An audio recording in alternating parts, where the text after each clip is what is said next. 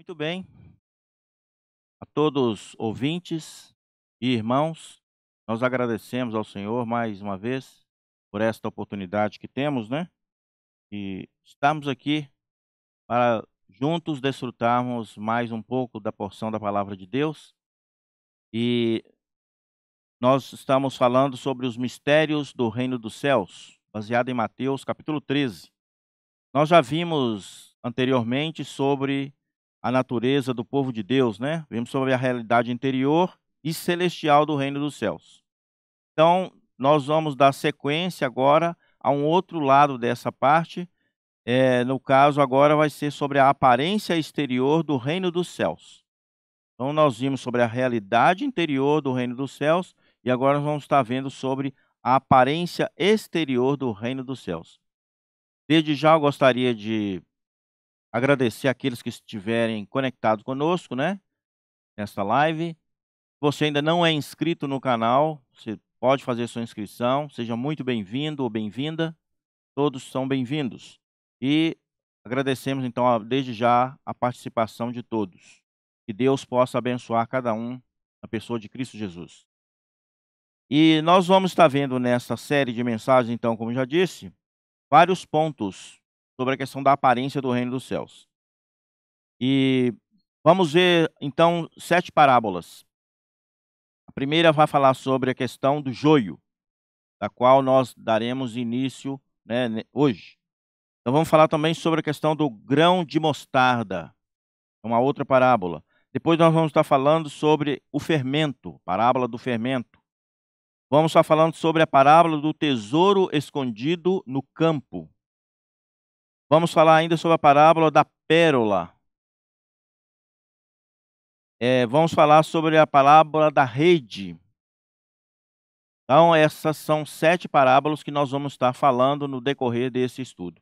Hoje nós estaremos iniciando, então, sobre a questão da parábola do joio, né? A preparação, aliás, perdão, hoje nós vamos estar falando sobre a parábola do semeador. Perdão, a parábola do semeador. Então, nós vimos que o Senhor Jesus veio a este mundo e quando ele veio, antes de iniciar o ministério dele, logo depois ali, ele foi aquela pessoa que saiu para semear, né? E o que o Senhor semeava? Ele semeava a palavra. A palavra é uma semente. Nós sabemos que quando o agricultor ele vai até o campo para semear, ele precisa preparar a terra. A primeira coisa que ele tem de fazer é preparar o solo. Se o solo não for um solo adequado, geralmente a semente também ela não vai ter muito sucesso ali naquele solo.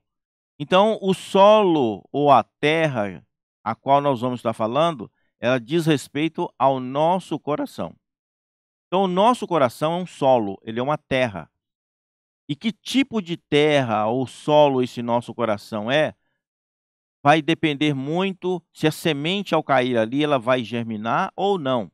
E nós veremos no decorrer dessa mensagem quais são os princípios positivos e negativos que este solo pode ter na interferência dessa semente.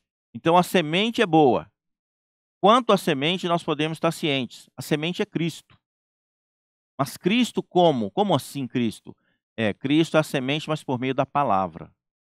A palavra ela tem o poder de fazer algo dentro de nós que nós não podemos imaginar.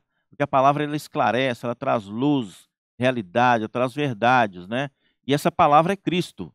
É aquela palavra lá de João 1, no princípio era a palavra estava com Deus, a palavra era Deus.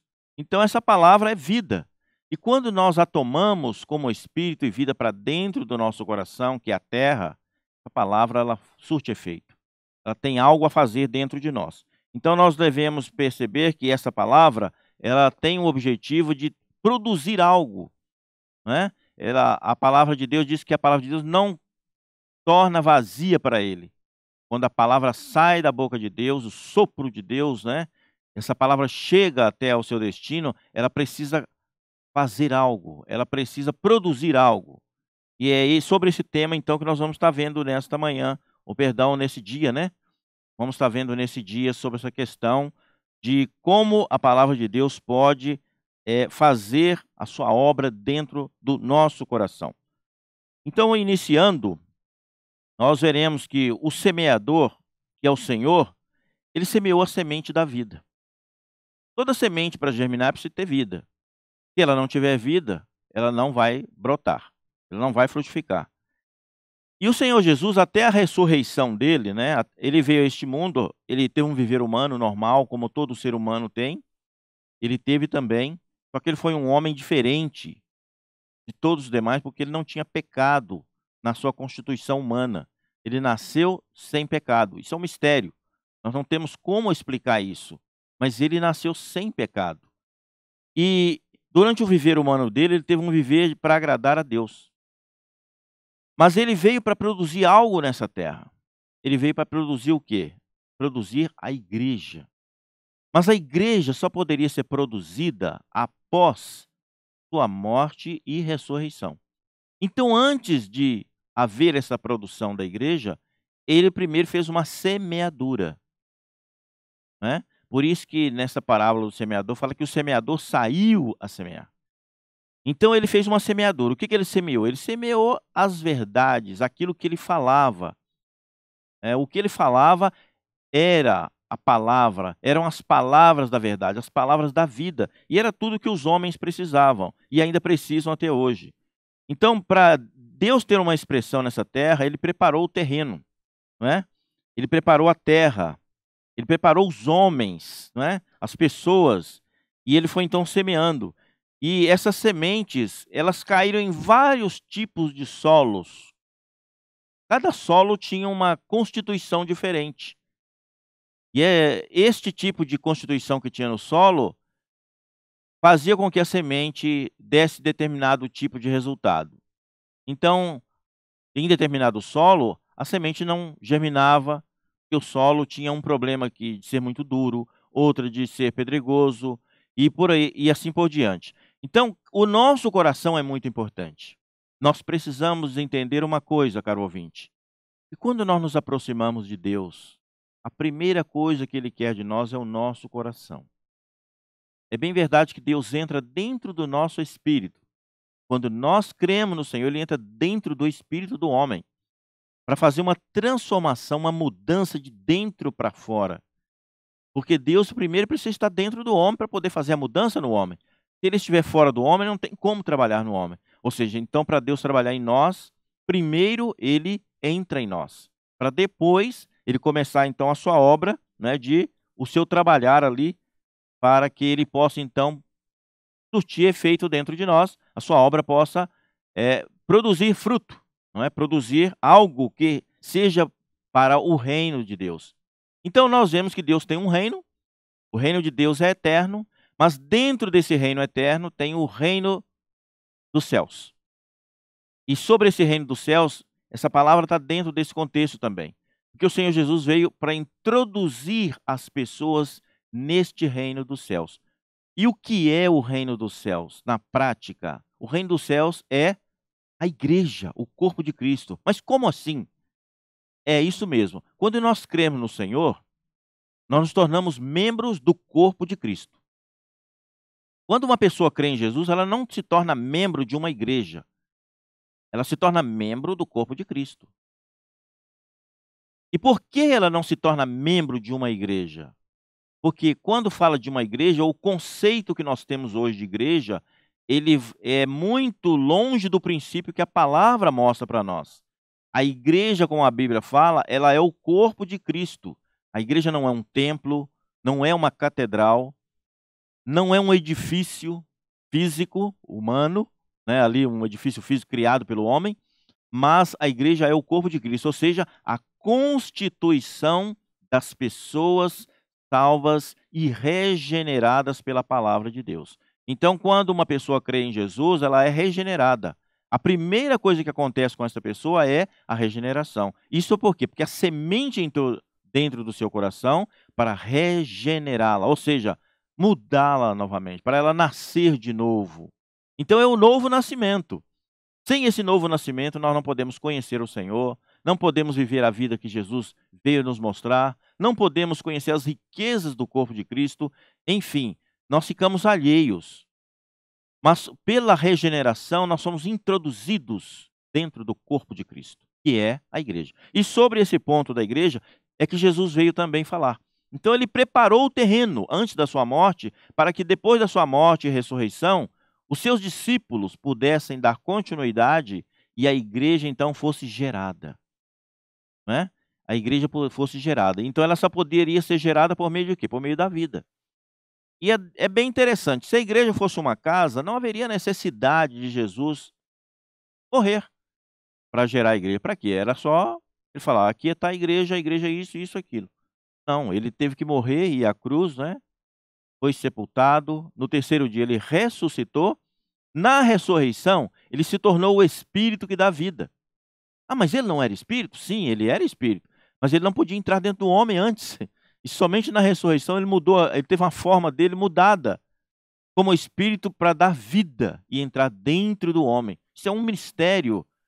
Nós também não entendemos, mas podemos perceber pela fé, podemos receber dentro de nós. Então o Senhor, ele se tornou o Espírito para entrar em nós, Espírito que dá vida. Ele hoje é o Espírito. 1 Coríntios 15:45 fala isso para nós, que diz que o primeiro homem, Adão, foi feito alma vivente. Mas o último Adão, que é Cristo, ele se tornou o Espírito vivificante, o Espírito que dá vida. E é sobre esse ponto que nós precisamos prestar muita atenção, porque quando nós cremos nele, esse Espírito que dá vida entra em nós e ele faz essa mudança, não é, metabólica, interior, de dentro para fora. E aí o Espírito trabalha onde? Ele trabalha primeiro dentro do nosso próprio Espírito, o Espírito de Deus. Depois ele trabalha também na nossa alma, nosso sentimento, na nossa alma humana. Nós todos temos uma alma, a nossa psique, a parte psicológica do homem, ele trabalha ali também. Que é uma parte muito complicada, a parte do homem que se chama psique, a parte da alma. Ali reside os nossos sentimentos, as nossas emoções, as nossas percepções, está tudo ali. Tudo que eu e você fazemos está relacionado com a nossa alma. O gosto, o desgosto, a alegria, a tristeza, reflete tudo por meio da alma. E Jesus veio lidar com todos esses aspectos. Então, antes da morte e ressurreição, ele preparou o terreno. Ele mostrou para as pessoas muitas coisas para que, quando a igreja fosse gerada, as pessoas pudessem tocar na realidade de Cristo. Então, Cristo é real, ele é a realidade de todas as coisas, não é? Então, o reino, para ser estabelecido, todo reino, quando é estabelecido na terra, um reino humano, vamos assim dizer, tem grandes batalhas, né, os reinos antigos, a gente vê que houveram grandes batalhas para serem introduzidos na terra. Muitas pessoas morriam, porque aquelas nações mais fortes matavam as mais fracas, destruíam tudo e tomavam posse para se tornar um outro reino, como por exemplo o Império Romano, né. Então, para dominar outros países, outras nações, eles invadiam seus territórios na base da força, né, por meio dos seus soldados, do seu exército. Mas o reino do qual nós estamos falando é um reino que é tomado por meio da vida. Então Cristo, para ganhar esse reino, para ter esse reino, ele precisa de pessoas com vida e sua natureza. Não é possível entrar nesse reino sem que o homem ganhe a pessoa de Cristo.